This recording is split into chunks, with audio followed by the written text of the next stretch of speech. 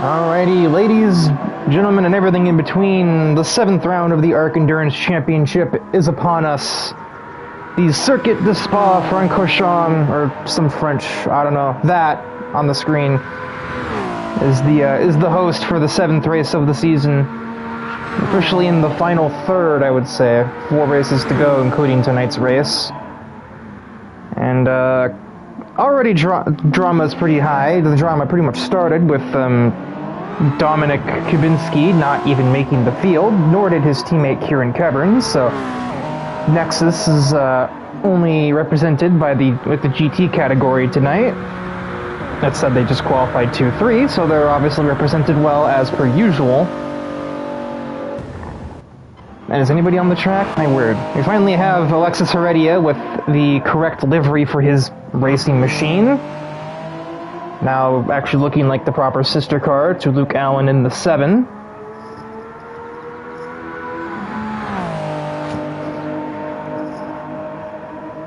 And, excuse me.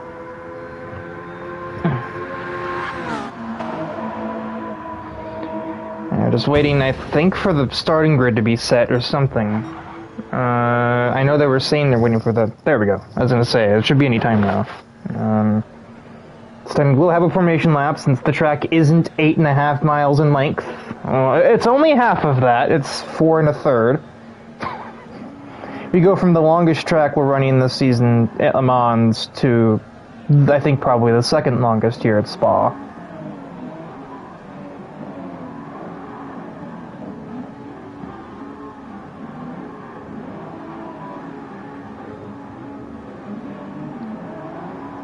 The car should be rolling any second now.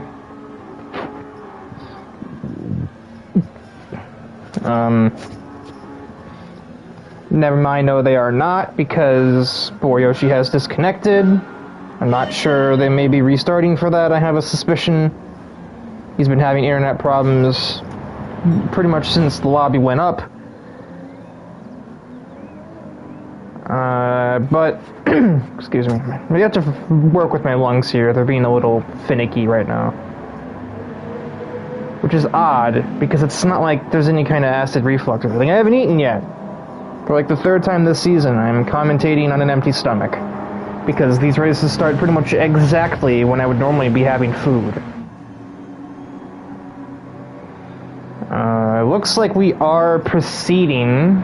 Yoshi probably just said, forget it, I'm not going to stay connected anyway, you guys just continue without me.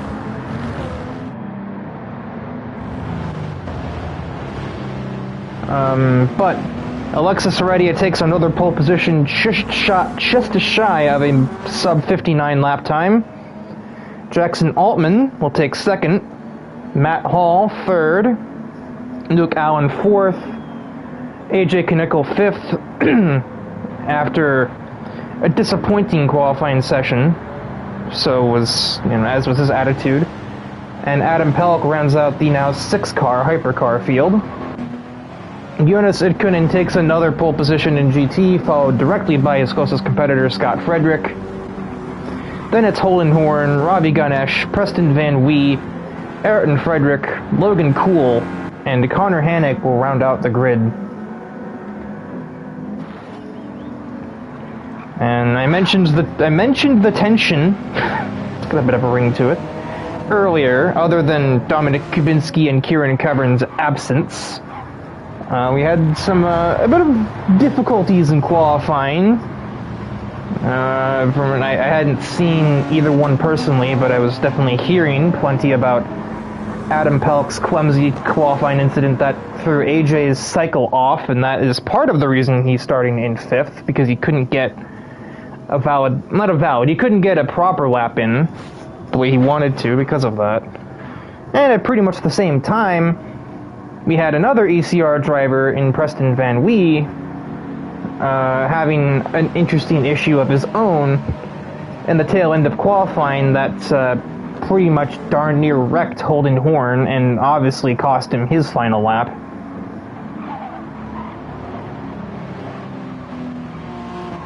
I'll see if maybe the tensions flare, or, cause tempers to flare on the racetrack itself as the 60-minute race goes on.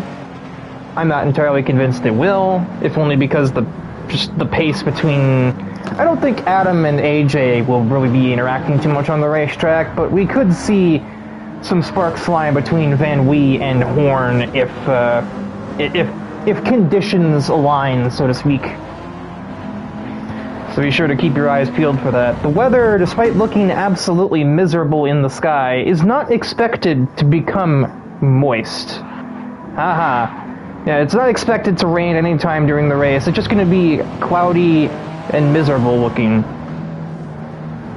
But the track will remain dry. So I've been told anyway. As the field forms up, small hypercar grid, but 8 GTs make up the difference.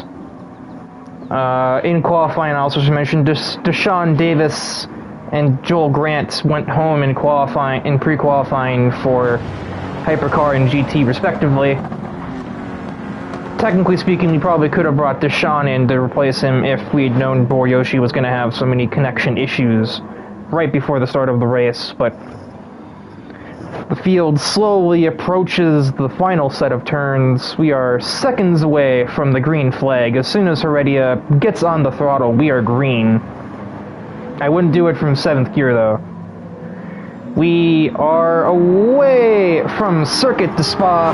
Jackson Altman was not prepared for that race start, and Luke Allen with the absolute hole shot up to 3rd before we get to turn 1.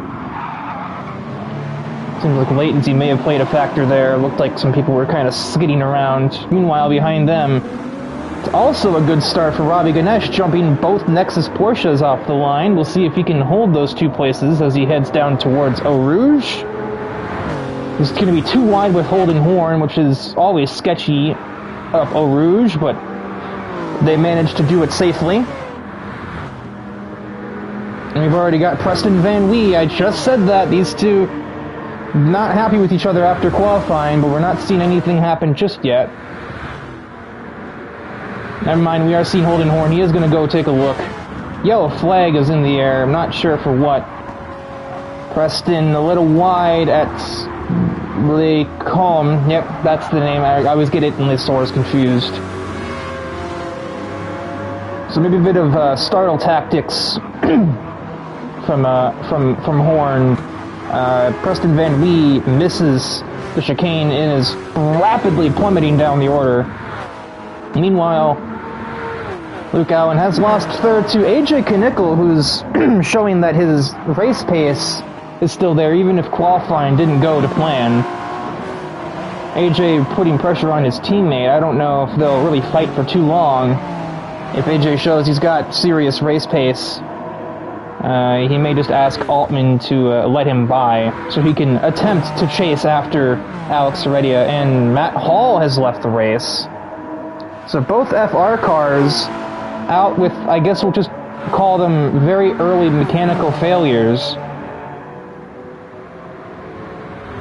Nexus has just really not had the start they needed. Eunice is off to a very comfortable margin, 3 seconds and change, and we haven't even finished lap 1 yet. Robbie is concurrently holding on to 2nd place in the category, with the 2 Porsches behind. Things continuing to get more and more ugly as Preston is now in dead last behind Logan Cool. That's not a guy you want to be behind at all. He's difficult to pass, and his medium tires selection hasn't exactly helped, I don't think, but I think the reality of it just is he missed Lake Home.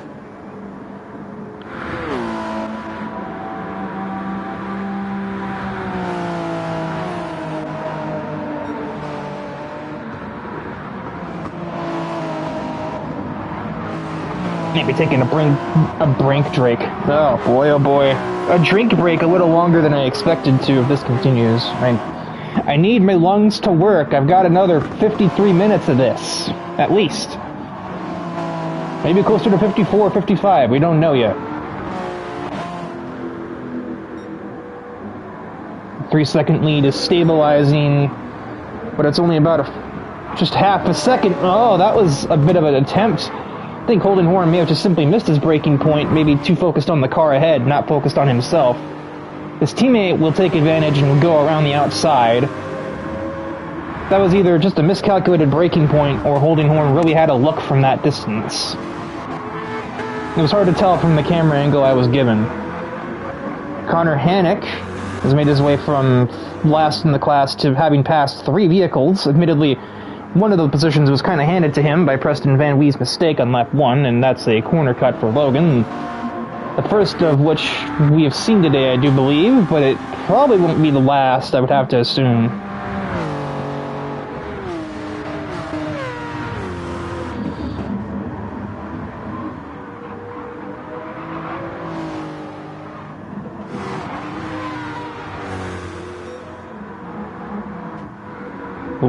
The lead between Heredia and Altman is shrinking to just over 2. Heredia may have had the ambush tactics off the green flag, but Altman's not necessarily dissuaded just yet, and he's managed to get a decent bit away from his teammate, too. And then we have the perennial battle brewing between Luke Allen and Adam Pelk.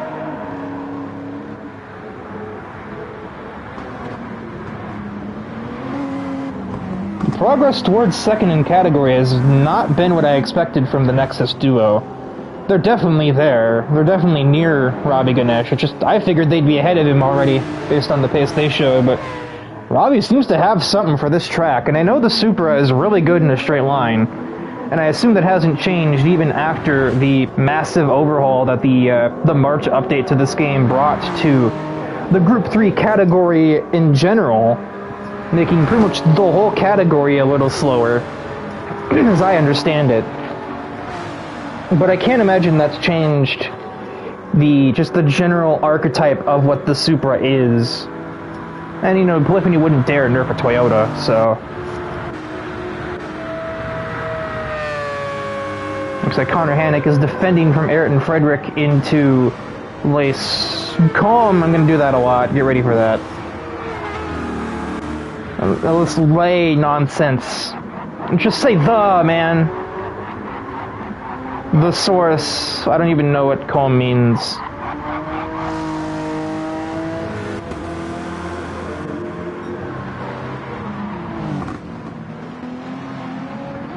Heredia is now officially closer. No.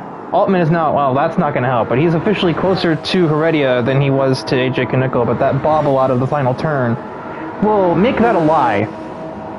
And these two are about to come to blows on the track, it seems. One more good corner from Adam Pelk, and he could have a shot at 4th overall here.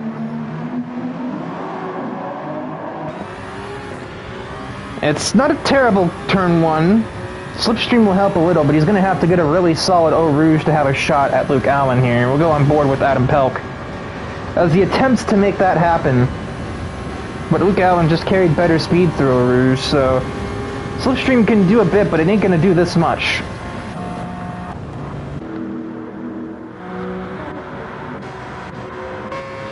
Everybody in the GT category is pretty evenly spread out, except for Preston Van Wee is now attempting to maybe take the spot back from Logan Cool and get out of dead last. But, Cool is notoriously difficult to pass. He showed it at the Nürburgring last week.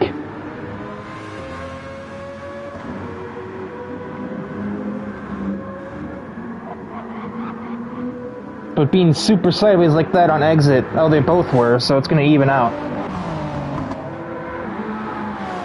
Luke Allen has a bit of a cushion now between himself and the 10. The lead between Eunice and Robbie is now 5.5, and Scott Frederick is stalking the Supra little by little.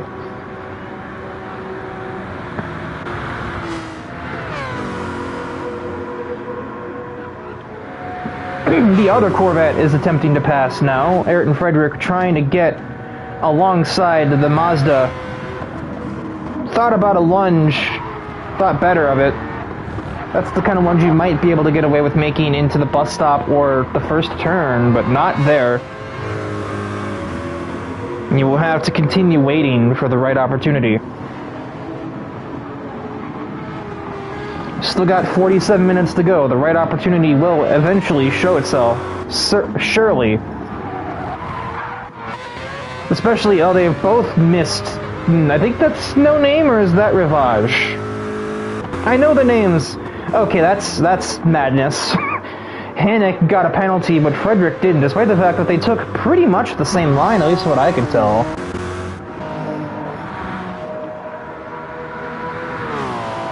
Oh, Luke Allen made a mistake. Adam Pelk is now to fourth. I'm not sure what happened. I was busy watching another battle on the track. Speaking of battle, we may soon have one here between Frederick and Ganesh. Porsche versus Supra. The single auto advanced racing representative that we've seen pretty much the entire season versus the duo of Porsches that normally dominate both categories, but today they just, well, they didn't even show up in prototypes, so it'd be kind of hard to dominate a race you weren't in.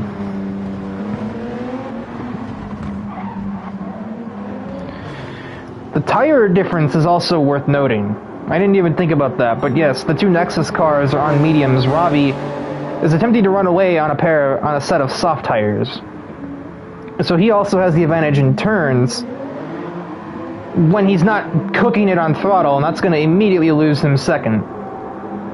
The Supra has top speed, though. He might be able to grab the toe and take it back, heading up Eau Rouge, Radion, and the Kemmel Straight.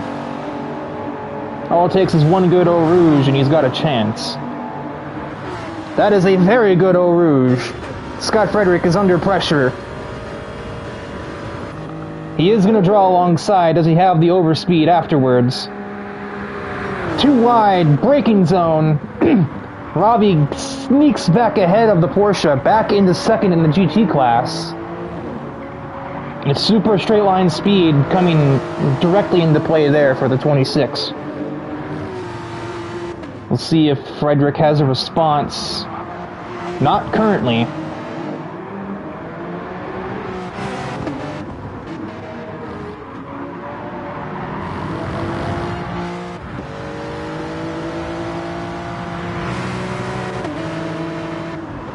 They are bumper to bumper heading through Puhan here. I know that name for sure. But every corner after that, except for Blanchimont and the bus stop, no. I do know that we're going to have another battle going through the S section, and the Porsche will just sneak back ahead. This is GT racing right here. We haven't seen an exchange like this in a while. It feels like, anyway. I don't think, Robbie just does not have, he could not get to the exit there to stick with him. He's having some slipstream from here, but it's not a lot, and it's probably not enough. So I think that is finally sealed the deal for Scott Frederick. Barring unexpected circumstances, anyway. And now the 17 car has some work to do. His championship rival was 7.5 seconds up the road. Or thereabouts, maybe just 7. He's up the road, is my point. Blue flags, holy crap. Jackson Altman just mashed the back of the 23. And he's missed his braking point due to the overspeed gain from that. That's been a little ugly. I wasn't even aware we were getting blue flag conditions already.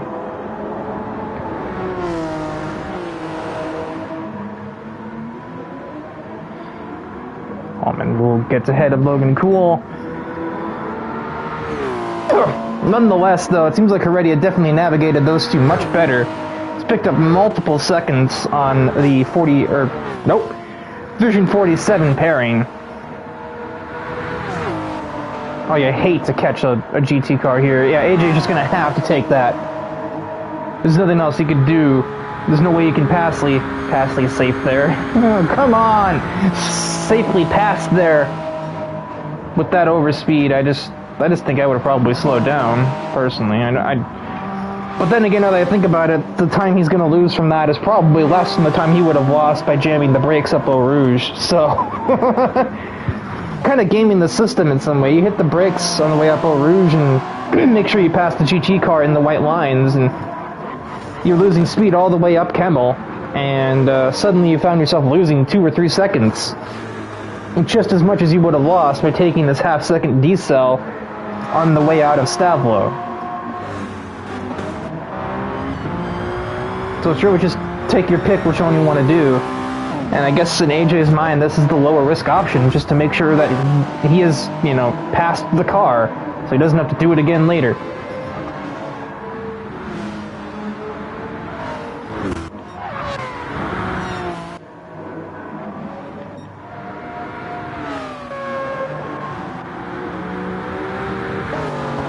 Oh, that's scary. Yep, that was not going to work. There was no way Robbie could react to the sudden prototype there. Doesn't seem like he's also going to miss the turn though. Is he going to be able to rejoin properly? This camera isn't helping that at all. He's rejoined. His car doesn't like that he is rejoined. Jackson Altman is going to have to pass both of those at the same time, but it's pretty easy. He's on a straightaway. I'm over-exaggerating that a little. Down the inside goes Holden Horn in the chaos. He's going to take advantage of Robbie's Heredia-based issues and get back ahead into third overall, which I believe is where he started. We are pretty much back at status quo for the top four in the GT category. The real difference is everything else behind that. Connor was definitely not fifth overall. It's like Connor and Van Wee have switched places, but that's about it. And with that, Heredia is now free from the GT traffic for now.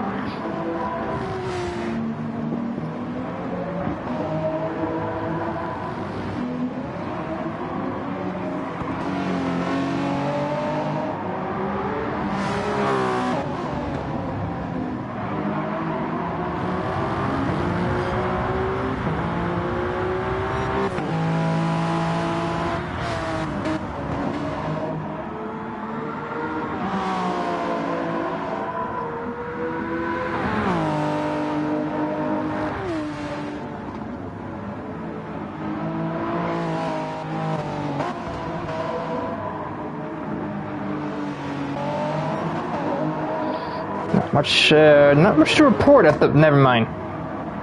Robbie's still on the back of Holden Horn. They're both using every inch of the circuit on the way out of the S's, and possibly a little bit too much, but the game didn't yell at either one, so... Oh! That's a bit of grass or sand on the tires. That's gonna cost Robbie big time. How far the mighty have fallen. He's gonna lose the spot to Ayrton Frederick in the fallout of that. Though not Logan Cool, nor Preston Van Wee, who have just really been suffering through it in this race. I'm not really sure exactly where that happened, but... I guess it's just been overall, just their lap times have been like that. Preston showed a lot of speed in qualifying, but starting on the mediums just hasn't helped him at all. He's lost 2 or 3 seconds per lap, and that's gonna cost him big time in the long run, to say the least.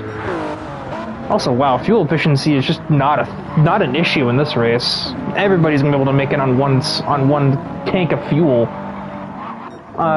Probably. I don't know. Maybe not. Some people are saving more. Maybe that's it. Actually, Preston looks like he's saving fuel, because I know that Corvette is thirsty. But he's still got it half a tank.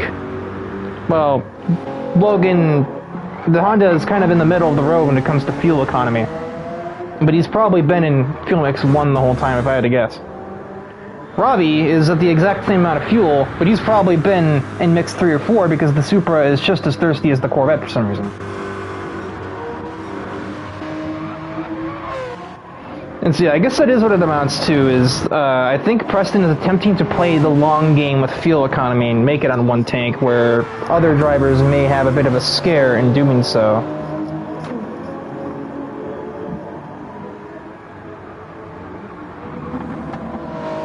Now Robbie's going to have to get to work and try and get back ahead of the Corvette that is in front of him. Now that his mistake put him directly behind him. And Connor Hannock, I didn't even really pay attention to that. I think he was just off screen that he went by, so that'd probably explain that. Hannock is also catching up to Holden Horn. He ran a 20.7 on the last lap to the 22.3 that Husky managed. Holden Horn, same person. However, I don't think they'll be doing that on this lap. They're both seemingly on pace for low 21s, I believe.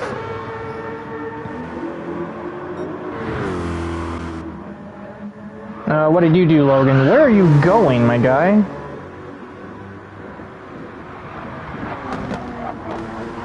I'm not sure what happened to him, but, well, he's no longer ahead of Preston Van Wee, that's for sure. That's basically a condemning loss. I also don't know how it happened to Altman. I'm not paying attention to the leaderboard at all. And then these two are back to fighting. They're basically nose to tail up Eau Rouge. That's going to be a little sketchy for Luke Allen in terms of track limits. They are very finicky up Eau Rouge and Radion for that, but it looks like Luke is safe, only because I think he's running less aero. And Logan has left the race. Alright. So another one bites the dust in terms of would-be mechanical issues.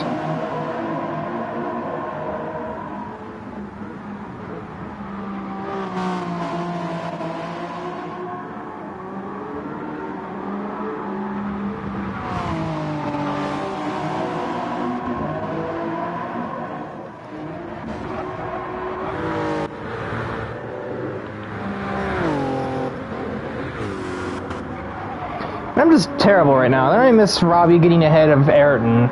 He's got 9 seconds to catch Hannick. That half-second penalty will get him a little ways there, but it's going to take a lot more than just that, I would say. We aren't even halfway through the race. It feels like we are. It feels like we're at like 34 minutes, not 24. Probably because I think the attrition's doing that. It's just going to make the second half of this race all the more... not boring. I mean, it could be boring, but just... I don't know.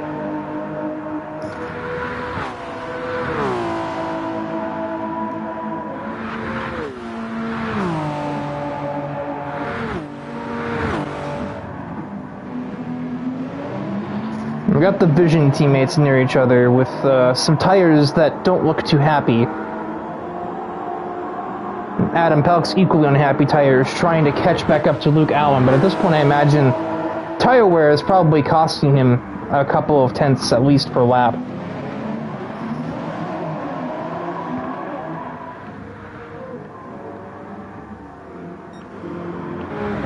Nobody in the GT class is really near each other, and despite the slowdown penalty, Hannick has actually gotten further ahead of Ganesh in the time I've been looking away.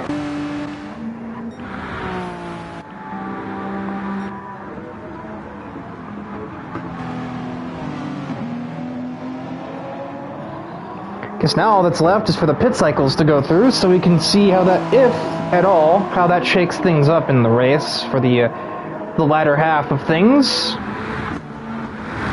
But I just feel like when everybody is this spread out, even a pit cycle really can't do a whole lot. And the drivers that would benefit from being on the soft tires in the second half are just nowhere near their contemporaries, except for Luke Allen, who will be able to easily get away from Adam Pelk, as if he isn't already doing that. Never mind, he's not doing that if he's going to spin on the way through Puhan. Luckily he ghosted, or Adam Pelk would have had no chance to react to that, much less slow down. So, okay, well, maybe Luke Allen will need those soft tires to catch him back up after that mistake. If only that could have been a caution, we could have actually had something going on here, but no, because it's a single car spin, so... It wouldn't even be a full course yellow in real life. I just turned British there. Full course yellow! Actually, I didn't really turn British. I think I just turned into some sort of Dollar General brand Lee Diffie.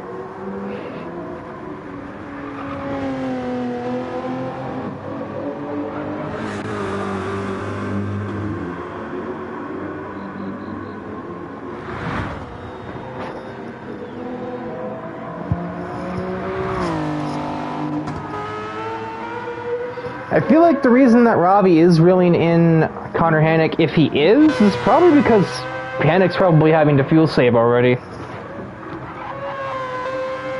Although I think he'd be fine to do another lap. He could probably pit at the end of this one. I would be surprised if we don't see at least one or two undercutting at the end of this lap. Just to try and do something. Be special in some way, shape, or form.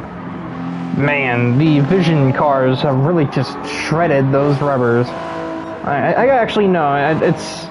I don't know why I keep saying it's them. I then have to look at the others and realize, oh right, no, actually this is a universal issue. The hypercars shred these tires just after 13 laps in general.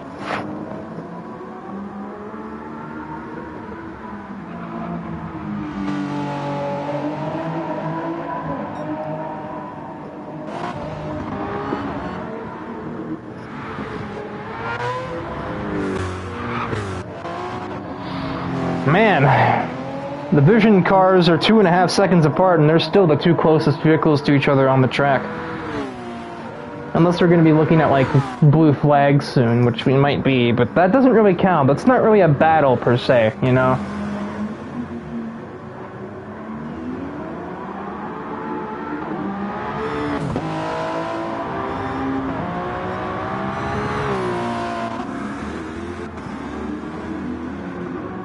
It's a 10-second difference between first and second. Now, Heredia has absolutely no reason to use extra fuel, or less fuel, you know. His undoing the last two races has just been fuel, so he needs to not do that. Yeah, there's blue flags. There goes Preston Van Wee, who's the last of the running cars on the track after 3 separate retirements in the first third of the race, basically.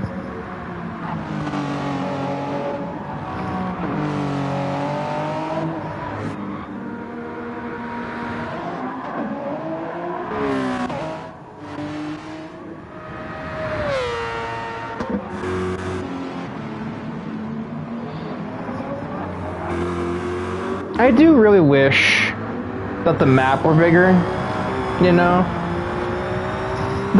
The map the broadcast booth had on Precars 2 was absolutely gigantic, and it allowed me to actually tell when a dot was off the track, because it was taking up so much of my screen. I'd almost rather I'd be able to downsize the previous lap times there, just show me like the last 3 or something, and just super expand the map for broadcasting, because that tiny thing isn't very helpful considering I sit like 2.5 yards away from my television. Like I literally sit like 8-9 feet away. It is my ability to see things that are that small, like the track map. If there's a car that's off the road, especially if it's like somewhere in a slow part of the track and they're just like stopped. Like if somebody spins at turn 1, unless they're physically on the camera, I'm never going to even know that that happened.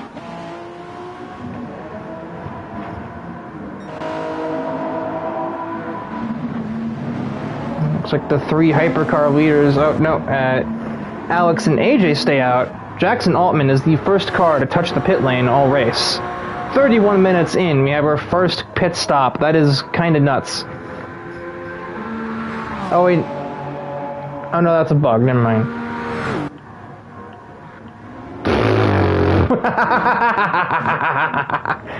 Great job, Polyphony. You can't differentiate who is and isn't pitting. We just get that off the screen. Stupid. Oh, this game. It never ceases to amaze me in ways indeed.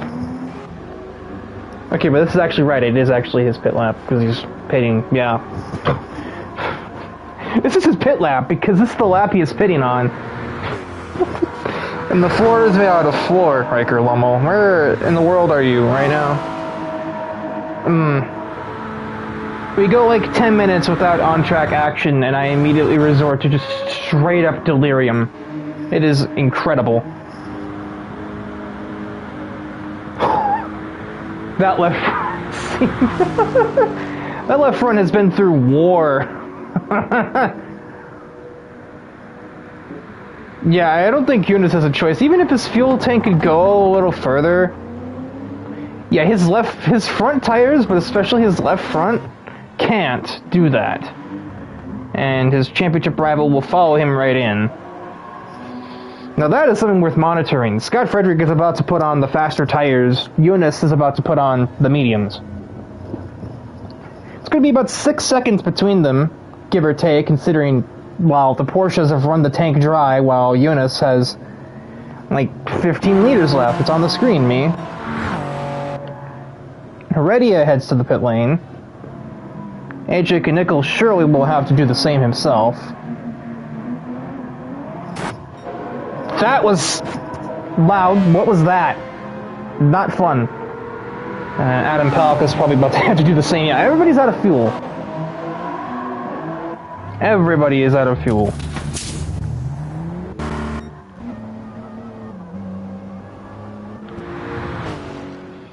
Distance between the GT category first and second is going to be 7 seconds, it seems. Possibly 8 by the time everything is up to full speed. And Heredia is on his way. But he is on the slower tires. But then again, so are his rivals. AJ Knickel and Altman will, I believe, be in the same boat. Has Altman jumped his teammate? Answer... don't believe so. He's going to be right on him, but he's not going to be ahead. And he's also got to pass Robbie, and that's going to lose him some major time up Eau Rouge and Radion. So, no, he's not. He's going to be about as far away as he was on the way in because of that.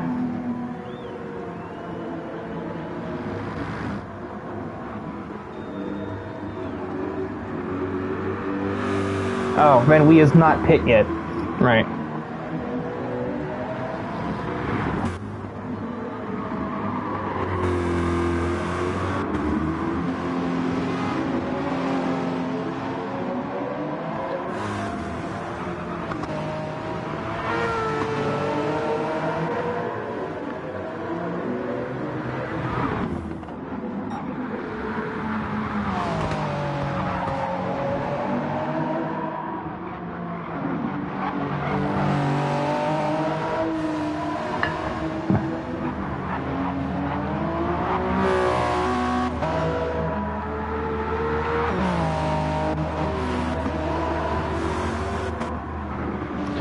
Oh, I did not realize Altman was on... Am I dumb? I thought Altman was on medium, or was on softs before.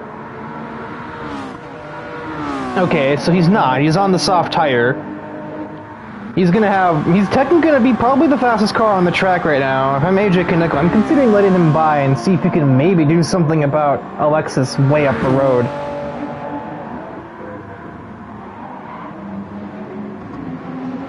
But, I mean, I guess Altman has to get to him first. You know, if he can't catch AJ, then he can't catch Alexis. It's that simple.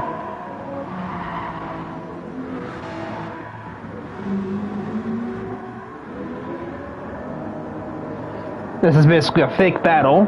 Yeah, Connor Hannick is in his wheel tracks, but also those are half-worn medium tires, and he's going to have to pit within a lap or two anyway because his fuel tank is running low.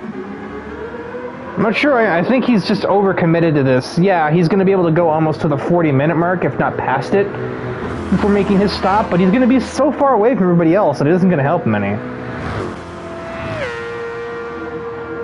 Starting on mediums is just not it, more often than not, unless you were really that fast.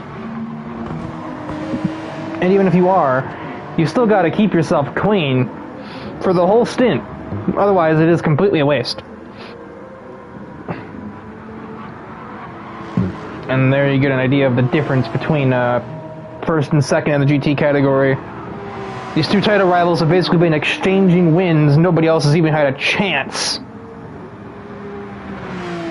And Scott Frederick is on a mission to get up there and contest that win against the Finnish driver. It's being passed by the overall leader. So you got the two category leaders in one frame there.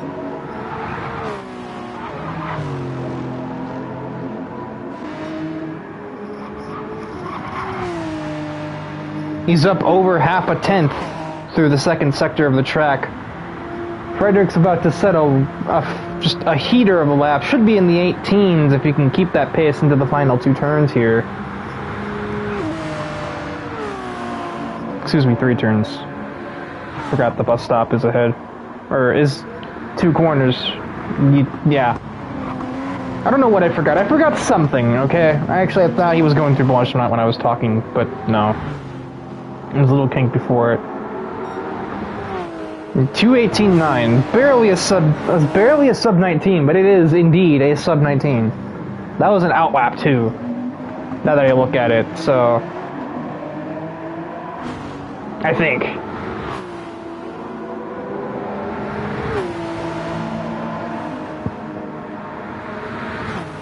Gap down to under 5. Although he will not be able to get any slipstream off of the hypercars there, the Vision duo.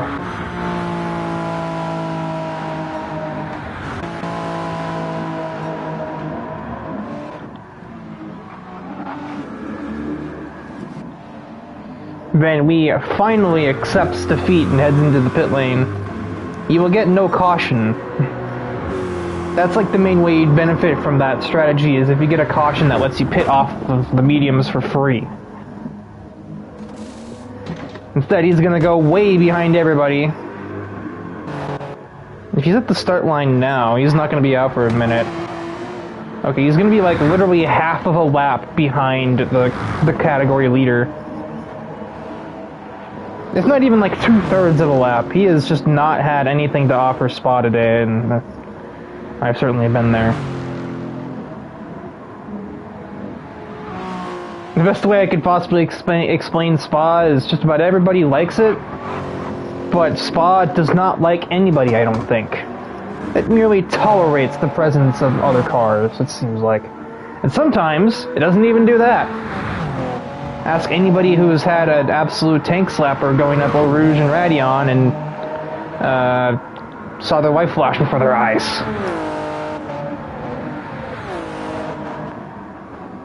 I think of that really bad Huracan spin. I don't remember. It was in one of the, I think it was, I don't remember. People probably know what I'm talking about, or just like had a snap up Eau Rouge and just got clobbered by a prototype, I think it was. Or something.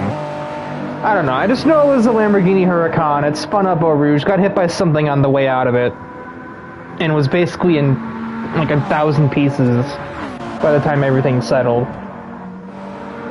Luke Allen is finally getting back up to Adam Pelk after his spin through Puhan, but now it feels like an hour ago. It wasn't, but it feels like it.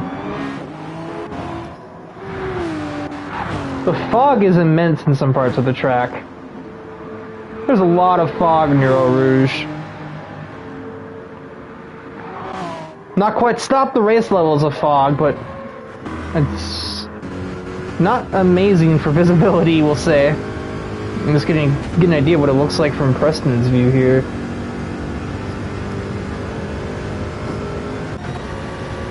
It's actually more like a mist. It's not massively hindering visibility, but it's very obvious that it's there.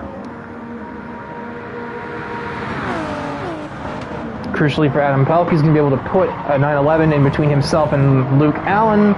That'll net him a couple of tenths of safety net, especially when Holden Horn does not simply move out of the way. He doesn't have to, but he kind of fought Luke Allen through the chicane there almost. Gap between the GT leaders is now 3 seconds. He ran another sub-19 on the previous lap, and we'll soon see what his pace is on this lap if he could run another 18.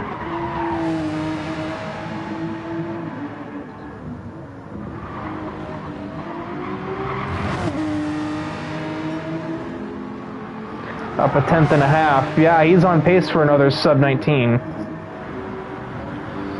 Jonas's 20s would normally be perfectly fine, but when this man is on a mission behind you, be very afraid. Flat through Blanchimont, not even thinking about it.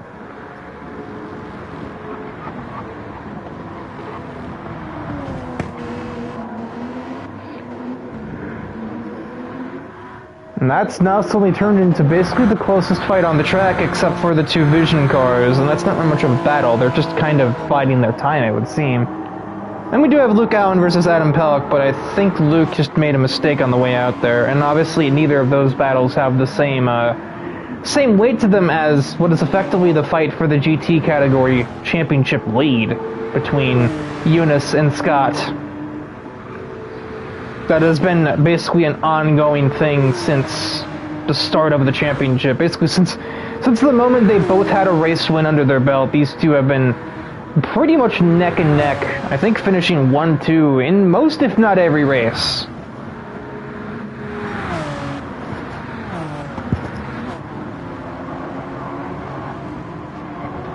But Scott's journey will soon be slightly affected because another battle for position on the track is about to go right by him. Adam Pell can pass with no issue. Can, not will. Excuse me.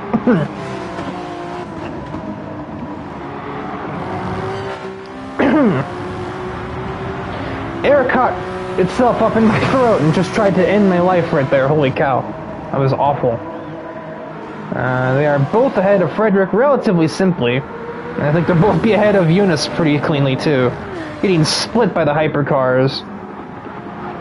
Fighting for 4th place. Eunice lost maybe a couple of tenths, but I can't really be sure if that's just off of because he's being passed, or if that's just Frederick's pace that just gained him the time normally.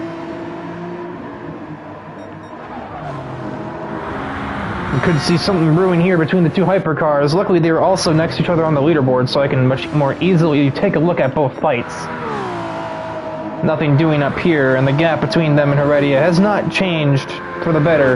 It has in fact grown to 12 whole seconds.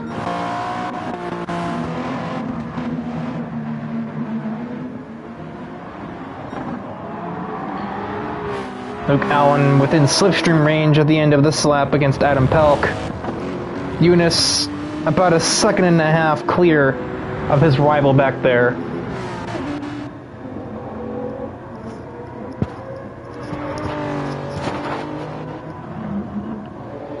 And we kind of have Robbie getting near-ish Connor Hannick, 2.5 seconds. That used to be like 8 or 9 a long time ago. They're both on the mediums. Hannick has slightly more fuel to play with, and the Supra is probably a little thirstier, so that's not helping his case, but we could still see something brew there later on in the very closing minutes of the race. Still got 15 to go. It's been a bit of a slow burn. We kind of did like a wrestling show booking. We got really excited in the beginning. The 25 to 40 minute range was basically nothing, and now we're down to the last 15 or so, and we are cooking.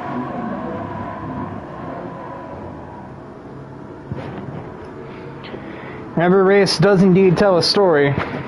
Not every story is non-stop action. Sometimes, you know, if there's not a calm before the storm, then the rain is going to become a routine. I can't be all action all the time, or I lose my voice. So... I just realized something. What? No, wait, no, I'm dumb. That's not mobile. Never mind. No, that is Mobile 1 on the back of the car. Does that just happen in real life? Is that VP Racing on the back of Adam's car, too? Look at a decent... Actually, I can just do this to look. Yeah, okay, is that just me, or is that a conflict of interests? Isn't VP Racing and Mobile Oil, or, like, aren't they direct competitors in real life? Aren't they both producing motor oil? Or is that... no. One is fuel. Never mind, yeah. VP is racing fuel, not racing oil. Never mind. I don't know what I'm talking about. Oh, they are competing. Oh, probably both. Actually, yeah, that makes sense. I would Google it, but I'm commentating. I feel like VP is either oil or fuel. I know obviously Mobile 1 is oil, but... maybe it's both. Maybe VP does both. They are kind of connected, you know, you kind of... Not much point in one without the other in a car. Gap is down to less than a second. We are officially going to war for the victory in the GT category at Spa.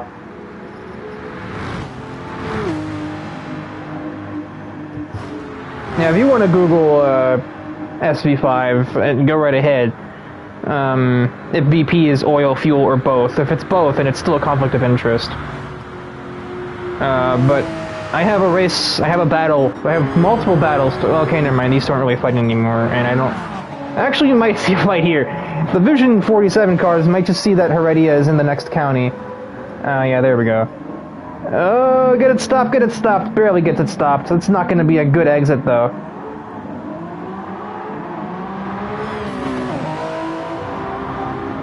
Altman in with a big chance. Does he take it?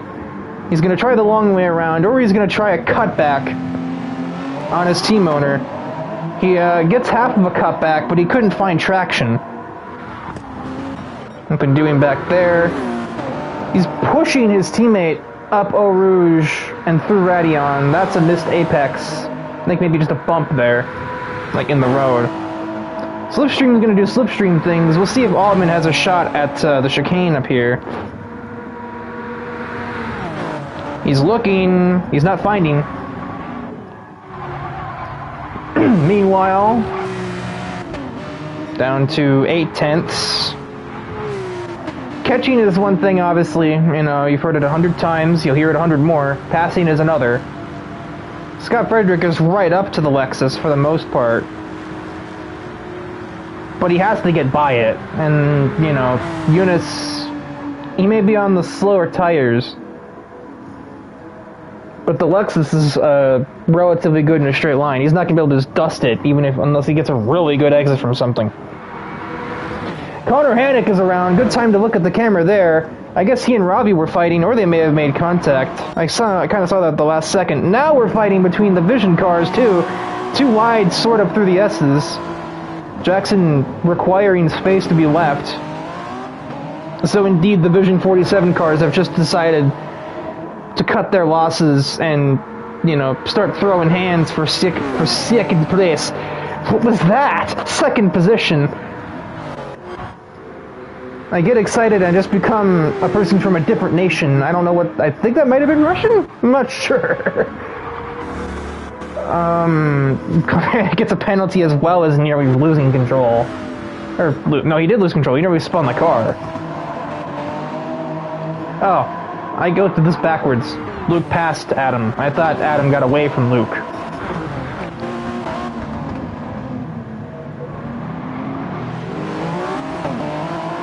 It's a very strong... Actually, never mind, it wasn't that good. It was a very good entry into Lake Home. No! The source. But it wasn't a good exit.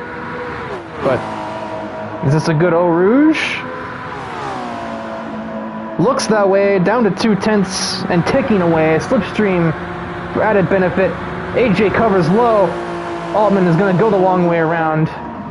He absolutely does have the run here, but does he have the steal?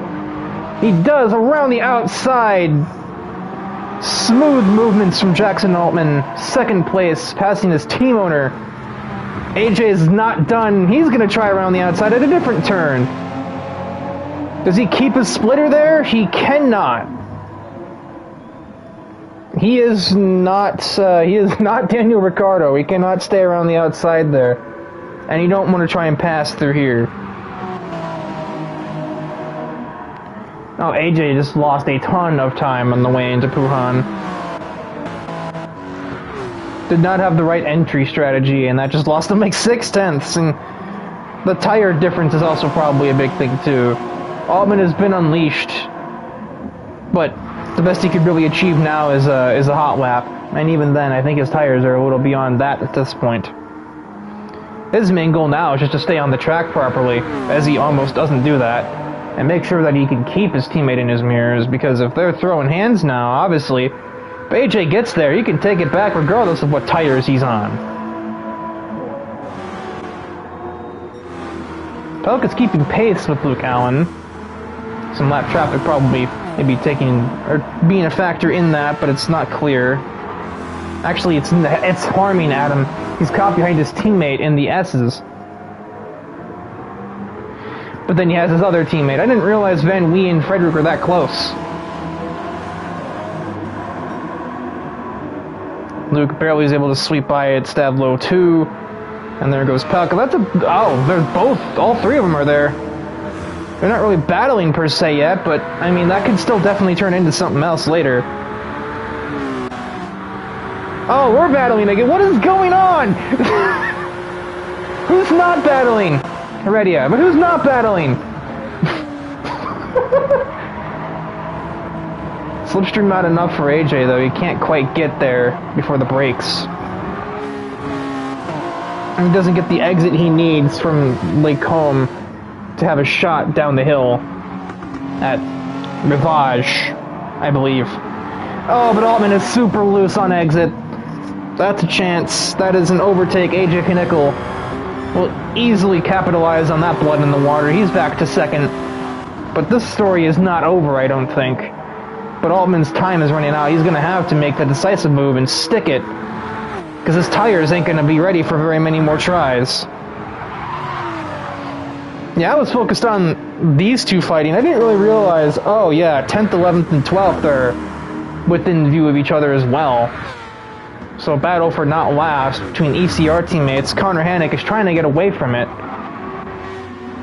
Ayrton Frederick is just going to completely whiff Lacombe, though, so that's going to basically end that dispute.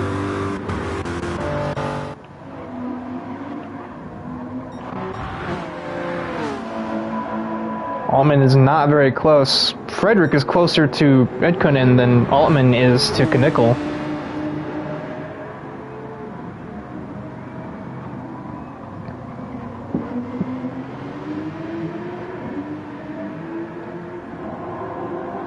They're literally at a dead heat on the way out of turn 1. You're not quite getting slipstream from there. You gotta be within 7/10ths, I believe. A good old Rouge would put him in that range. But they're still at a dead even. They're still at a dead heat. Still not in range for the Porsche. Despite how long he's waiting to change that gear, you're not gonna get any more power out of it.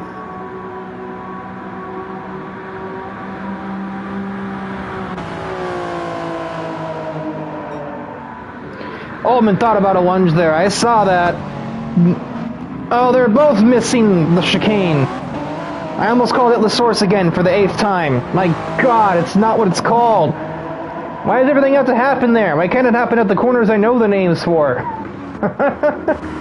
Or I know the name, I keep getting them backwards. Still no slipstream benefits for Frederick. He's going to probably have to rely on using a hypercar as a pick at this rate. Because their pace is just seemingly inseparable.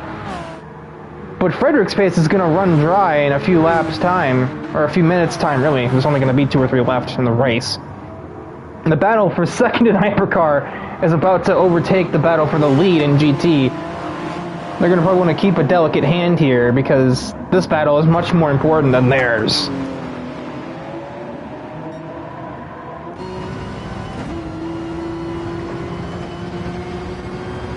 Right, that does work that way.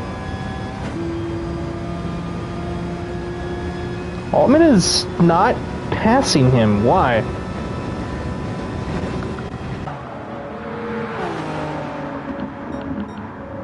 Curious. Oh, he is fuel saving like crazy? What is going on here?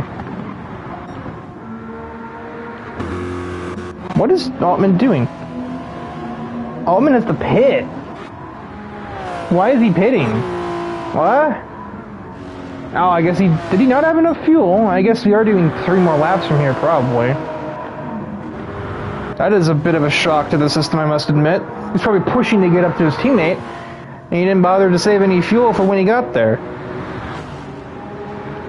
Either way, he's definitely got a free pit stop, considering his closest rival after him. 3rd point for fastest lap. Is he trying to pit for new tires? That's goal, I bet. If there is one, that's what he wants to do. No, he's on... Oh, okay, so I was right. He was the entire time just on softs. He just decided, well, I've got 44 seconds between my closest competitor. I'm just going to get the last 3 laps in on the medium tires and call out the mandatory.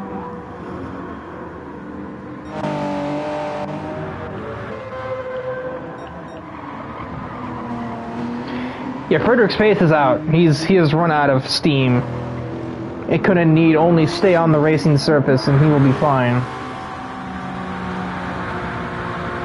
Which leaves the only remaining battle on the track for any meaningful thing is just going to be between Allen and Pelk. For basically fighting to not be last of the running hypercars.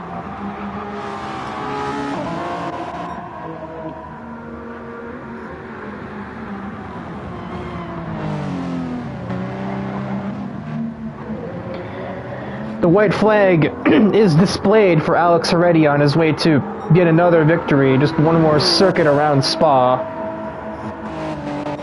God knows he's got no pressure. He's got an 18-second lead over Knickel.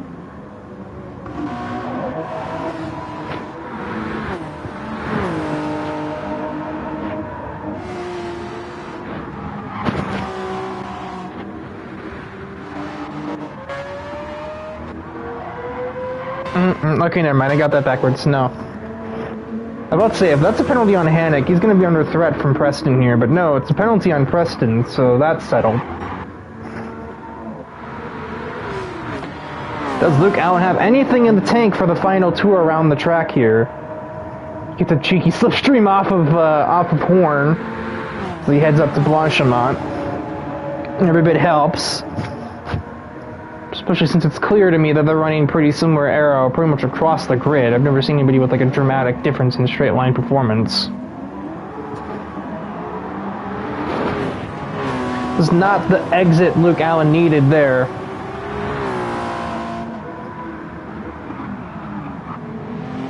Oh, that's not the breaking point he needs there. That's going to probably seal that up too. Unless Adam Falk makes a mistake of his own. Not to mention Adam very clearly has enough fuel. And Luke Allen is gonna biff it heading up Eau Rouge. Major damage. If he had a chance before, he doesn't now. Husky's barely able to avoid the stricken car.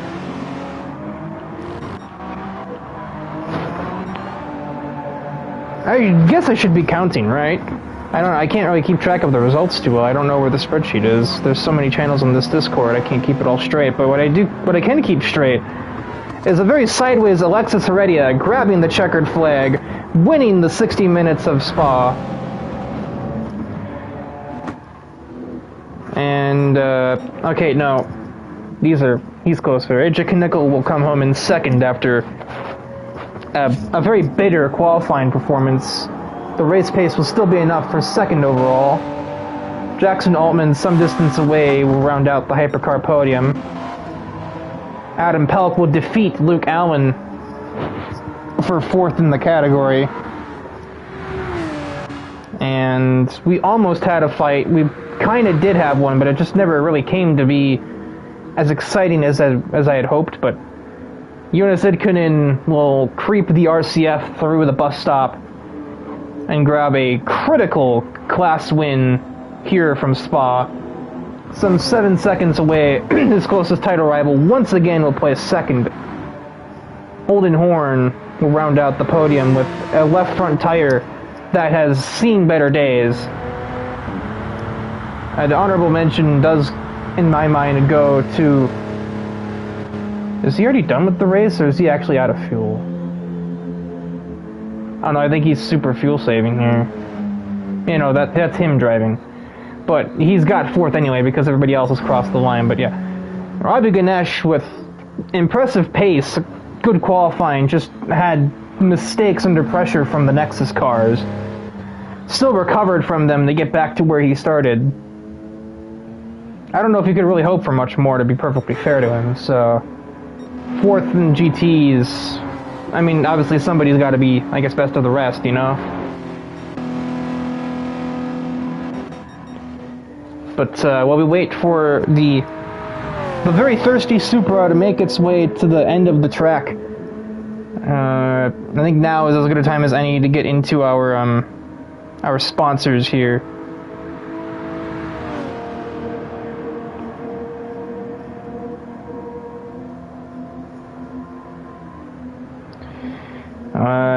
Shout out goes to SinLeaguePro.com that we use to organize the league, and bigger shout-outs to DIVEBOMB Media, the new media project that is our title sponsor here at Auto Racing Connected.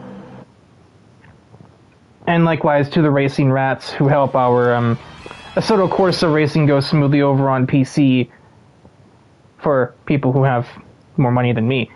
But, yeah, DIVEBOMB, SLP, Racing Rats. But that is going to round things off here from Auto Racing Connected, from AEC, and from myself. No, I'm not doing interviews because I only did those for the big events, the 2.4s and whatnot. I don't even know if we have another one left. The finale might be. I don't remember. I should probably double check that. But until next time, and same time next week, goodbye.